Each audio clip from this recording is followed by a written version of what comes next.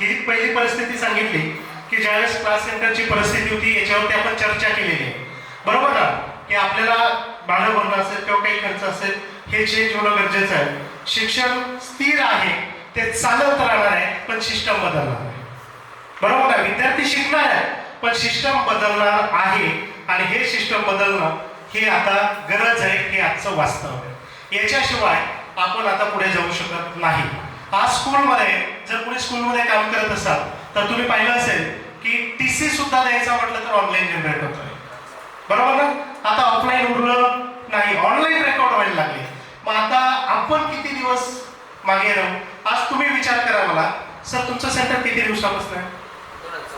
2014, म्हणजे जवळपास 12 वर्ष झाले.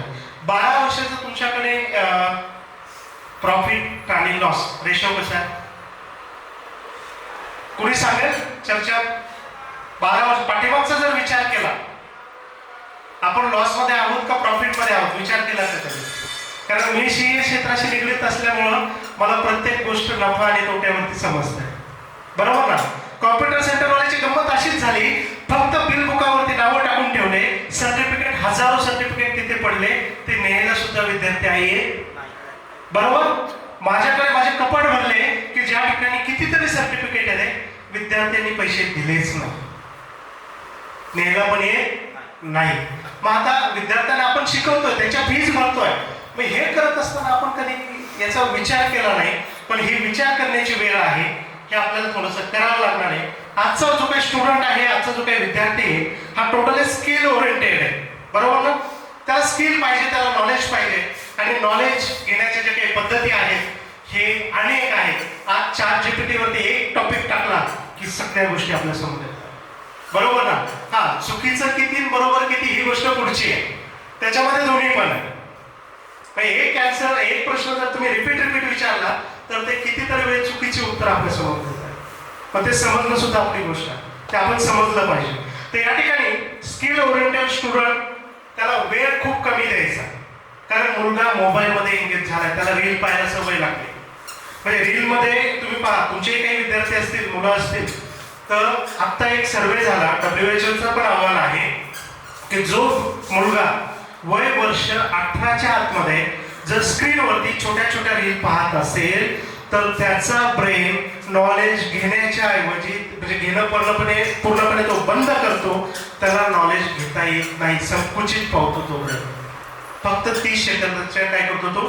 रील पाहत असतो.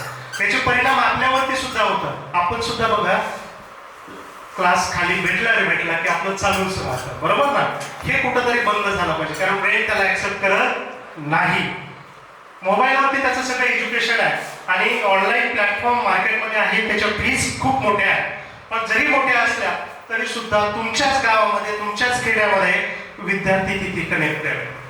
आज आमचा दानोळा जर विचार केला, एक ग्रामीण भाग पडतो, पण माझ्याकडे शिकणारे कितीतरी विद्यार्थी फिजिकवाला, त्याच्यानंतर इतर अक्षय वगैरे जे आहेत यांच्याकडे कनेक्ट करेल, फीज भरून ओके, म्हणजे ऑनलाईन ते प्रॅक्टिस करतात, ऑनलाईन अभ्यास करतात.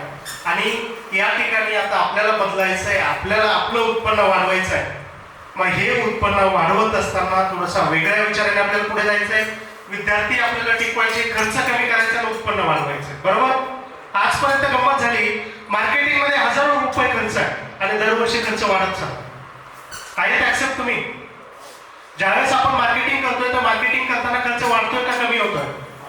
वाढतोय. उत्पन्न बर 5-6 वर्षापूर्वी जेवढी फीज होती ती फीज आता कशी वाढली का कमी झाली? किती वाढली?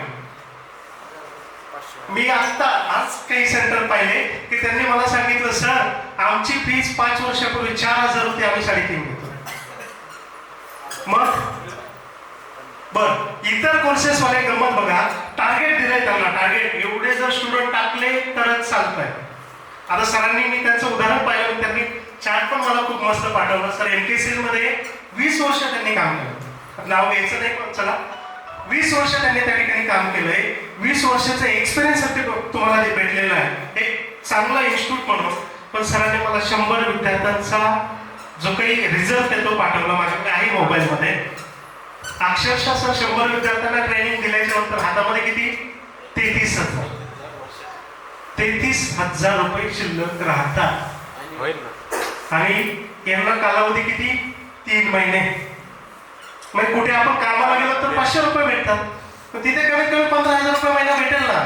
मी इथे विचार करा की आपण कोणत्या स्टेजवरती आहोत हे आपल्याला पाहणं गरजेचं आहे. आजचं एज्युकेशन हे पूर्णपणे डायनामिक होत आहे. आपल्याला बदलावं लागणार आहे, आपल्याला चेंजेस व्हावे लागणार आहे. ते आपण थोडंसं जाऊया. आता विद्यार्थी जे आहेत, पूर्वीच्या काळामध्ये जी काही संख्या होती, मान्य आहे आम्हाला संख्या जास्त होती, परंतु आता एवढी संख्या कमी नाही. कारण स्कूलमध्ये जाऊ तर गर्दी दिसते एक्झामच्या वेळेस, इतर वेळेत नाही दिसत. एक्झामच्या वेळेस गर्दीच गर्दी आहे, बरोबर. पण नंतर एक्झाम झाले त्या 8 दिवसात विद्यार्थी गायब. विद्यार्थी गेले कुठे? बर, कोटा असेल, इकडे लातूर असेल, आता आमच्याकडे बारामती असेल, मग पुढे खाप पडले की ज्या ठिकाणी विद्यार्थ्यांकडून लाखो रुपये फी चार्ज केली जाते आणि रिझल्ट किती येतो तुम्ही सांगा. नीट किंवा सीईटी